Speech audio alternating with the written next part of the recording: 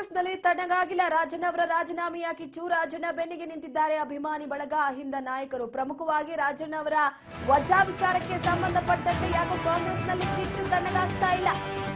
ಅಭಿಮಾನಿ ಬಳಗ, ಅಹಿಂದ ನಾಯಕರು ಈಗ ಅವರ ಬೆನ್ನಿಗೆ ನಿಂತಿದ್ದಾರೆ. ತುಮಕೂರಿನಲ್ಲಿ ಇಂದು ಬೃಹತ್ ಪ್ರತಿಭಟನೆಯನ್ನು ನಡೆಸುವುದಕ್ಕೆ ನಿರ್ಧಾರ ಮಾಡಲಾಗಿದೆ. ಜಿಲ್ಲೆಯಾದ್ಯಂತ 10,000ಕ್ಕೂ ಹೆಚ್ಚು ಜನರು ಭಾಗಿಯಾಗುವ ಸಾಧ್ಯತೆ ಇದೆ. ಸಂಪುಟಕ್ಕೆ ಮರು ಸೇರ್ಪಡೆ ಮಾಡಿಕೊಳ್ಳುವಂತೆ ಡಿಸಿಗೆ ಮನವಿಯನ್ನ ಮಾಡೋದಕ್ಕೆ ಮುಂದಾಗಿರುವಂತದ್ದು ಕಾಂಗ್ರೆಸ್ನಲ್ಲಿ ತಣ್ಣಗಾಗ್ತಾ ಇಲ್ಲ. ರಾಜಣ್ಣವರ ರಾಜೀನಾಮೆ, ಡಿಸಿಗೆ ಮನವಿ ಪತ್ರವನ್ನ ಸಲ್ಲಿಸುವ ಮೂಲಕ ಸರ್ಕಾರಕ್ಕೆ ಒತ್ತಾಯವನ್ನ ಮಾಡಲಾಗಿದೆ. ಸಂಪುಟದಿಂದ ರಾಜಣ್ಣವರನ್ನ ಕಿಕ್ಔಟ್ ಮಾಡಿರುವಂತಹ ವಿಚಾರಕ್ಕೆ ಸಂಬಂಧಪಟ್ಟಂತೆ ರಾಜಣ್ಣವರ ಬೆನ್ನಿಗೆ ಅಭಿಮಾನಿ ಬಳಗ, ಹಿಂದ ವರ್ಗದ ನಾಯಕರು ನಿಂತಿದ್ದಾರೆ. ಪ್ರಮುಖವಾಗಿ ನೋಡಿ, ಒಂದು ಕಡೆ ಈಗಾಗಲೇ ಹೈಕಮಾಂಡ್ಗೆ ದೂರನ್ನ ಕೂಡ ಕೊಡೋದಕ್ಕೆ ಮುಂದಾಗ್ತಾ ಇರುವಂತದ್ದು. ಜಿಲ್ಲೆಯಾದ್ಯಂತ 10,000ಕ್ಕೂ ಹೆಚ್ಚು ಜನರು ಈ ಒಂದು ಭಾಗಿಯಾಗುವ ಸಾಧ್ಯತೆ ಇದ್ದು ಸಂಪುಟಕ್ಕೆ ಮರು ಸೇರ್ಪಡೆ ಮಾಡಿಕೊಳ್ಳಲೇಬೇಕು, ಇಲ್ಲಾಂದ್ರೆ ನಮ್ಮ ನಿರಂತರ ಹೋರಾಟ ಮುಂದುವರಿಯುತ್ತೆ ಅಂತ ಎಚ್ಚರಿಕೆಯನ್ನ ಕೊಡೋದಕ್ಕೆ ಮುಂದಾಗಿದ್ದಾರೆ. ಡಿಸಿಗೆ ಮನವಿಯನ್ನ ಮಾಡಿದ್ದು, ಡಿಸಿಗೆ ಮನವಿ ಪತ್ರವನ್ನ ಕೂಡ ಸಲ್ಲಿಸಿದ್ದಾರೆ. ಈ ಮೂಲಕ ಸರ್ಕಾರಕ್ಕೆ ಒತ್ತಾಯ ಮಾಡಿದ್ದಾರೆ. ಅಂದ್ರೆ ಸಂಪುಟದಿಂದ ರಾಜಣ್ಣವರನ್ನ ಕಿಕ್ಔಟ್ ಮಾಡಿದ ವಿಚಾರಕ್ಕೆ ಸಂಬಂಧಪಟ್ಟಂತೆ ಹೈಕಮಾಂಡ್ಗೆ ದೂರು ಕೊಡೋದಕ್ಕೂ ಕೂಡ ಮುಂದಾಗಿದ್ದಾರೆ ನಾಯಕರು.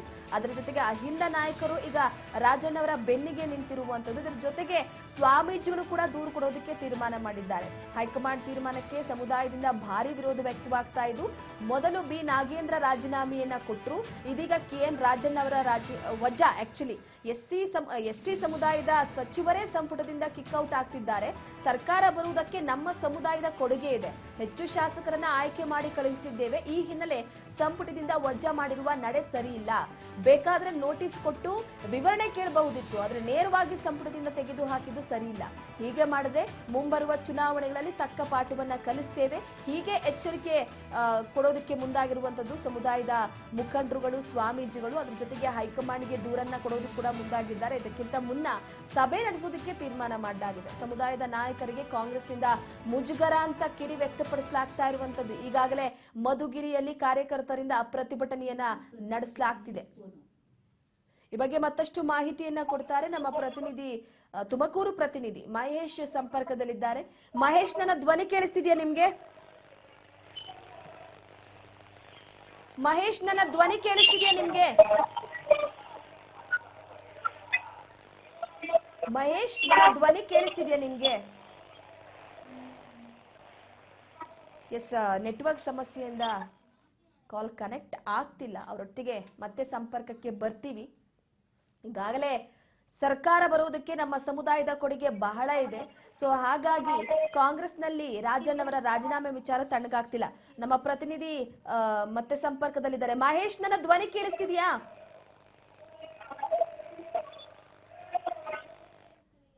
ಮಹೇಶ್, ನನ್ನ ಧ್ವನಿ ಕೇಳಿಸ್ತಿದ್ಯಾ ನಿಮ್ಗೆ?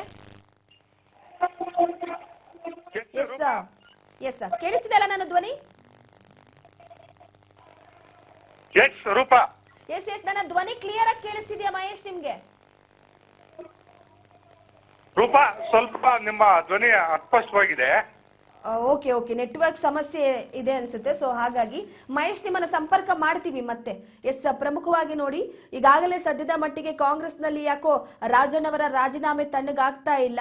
ಮತ್ತೊಂದು ಕಡೆ ಮಧುಗಿರಿಯ ಸ್ಥಳದ ವಿಚಾರಕ್ಕೆ ಸಂಬಂಧಪಟ್ಟಂತೆ ನಮ್ಮ ಪ್ರತಿನಿಧಿ ಮಾಹಿತಿಯನ್ನ ಕೊಡ್ತಾರೆ. ಆದ್ರೆ ಪ್ರಮುಖವಾಗಿ ನೆಟ್ವರ್ಕ್ ಸಮಸ್ಯೆಯಿಂದ ಸರಿಯಾಗಿ ಸ್ಪಷ್ಟವಾಗಿ ಧ್ವನಿ ಕೇಳಿಸ್ತಾ ಇಲ್ಲ. ಆದ್ರೆ ರಾಜಣ್ಣ ಪರವಾಗಿ ಈಗ ಅಹಿಂದ ನಾಯಕರು, ಮುಖಂಡರುಗಳು, ಸ್ವಾಮೀಜಿಗಳು, ಅಭಿಮಾನಿಗಳು ಇವರೆಲ್ಲರೂ ಕೂಡ ಬೆಂಬಲಿಗರು ಬ್ಯಾಟ್ ಬೀಸ್ತಿದ್ದಾರೆ. ಹೈಕಮಾಂಡ್ಗೆ ಚುರುಕನ್ನ ಮುಡಿಸೋದಕ್ಕೆ ಮುಂದಾಗ್ತಿದ್ದಾರೆ. ಎಸ್ಟಿ ಸಮುದಾಯದ ಕೆಂಗಣ್ಣಿಗೆ ಗುರಿಯಾಗ್ತಿದೆ ಹೈಕಮಾಂಡ್. ಈಗ ಚುನಾವಣೆಯ ಸಂದರ್ಭದಲ್ಲಿ ಬೇಕಾದಂತಹ ಸಂದರ್ಭದಲ್ಲಿ ಬಳಕೆ ಮಾಡ್ಕೊಳ್ಳಲಾಗುತ್ತೆ. ಆದ್ರೆ ಒಂದು ನೋಟಿಸ್ ಅನ್ನ ಕೊಟ್ಟು ವಿಚಾರಣೆಯನ್ನ ನಡೆಸಬಹುದಿತ್ತು, ವಿವರಣೆಯನ್ನ ಪಡೆದುಕೊಳ್ಳಬಹುದಿತ್ತು. ಆದ್ರೆ ಯಾಕಾಗಿ ತೆಗೆದು ಹಾಕಬೇಕಾಗಿತ್ತು ಅಂತ ನೇರವಾಗಿ ಪ್ರಶ್ನೆಯನ್ನ ಮಾಡಲಾಗ್ತಿದೆ. ಸೊ ಹೀಗಾಗಿ ಸದ್ಯದ ಮಟ್ಟಿಗೆ ಸಾಕಷ್ಟು ಕುತೂಹಲಕ್ಕೆ ಕಾರಣವಾಗಿದೆ ಮುಂದಿನ ನಡೆ ರಾಜಣ್ಣ ಅವರದು. ಮತ್ತೆ ನಮ್ಮ ಪ್ರತಿನಿಧಿ ಸಂಪರ್ಕದಲ್ಲಿದ್ದಾರೆ. ಮಹೇಶ್, ಕೇಳಿಸ್ತಿದೆಯಾ ನನ್ನ ಧ್ವನಿ ನಿಮಗೆ?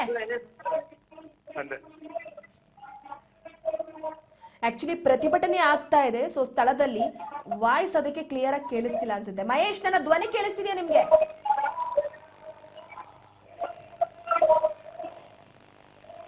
ಮಧುಗಿರಿಯಲ್ಲಿ ಸದ್ಯಕ್ಕೆ ಪ್ರತಿಭಟನೆ ಆಗ್ತಾ ಇರುವಂತಹ ಹಿನ್ನೆಲೆಯಲ್ಲಿ ಅಲ್ಲಿನ ಮುಖಂಡರುಗಳು ಒಗ್ಗಟ್ಟಿನ ಬಲ ಪ್ರದರ್ಶನಕ್ಕೆ ಮುಂದಾಗಿದ್ದಾರೆ. ಈಗಾಗಲೇ ನಮ್ಮ ಪ್ರತಿನಿಧಿಯನ್ನ ಕಾಂಟ್ಯಾಕ್ಟ್ ಮಾಡೋದು ಕೂಡ ಟ್ರೈ ಮಾಡಿದ್ವಿ. ಸದ್ಯಕ್ಕೆ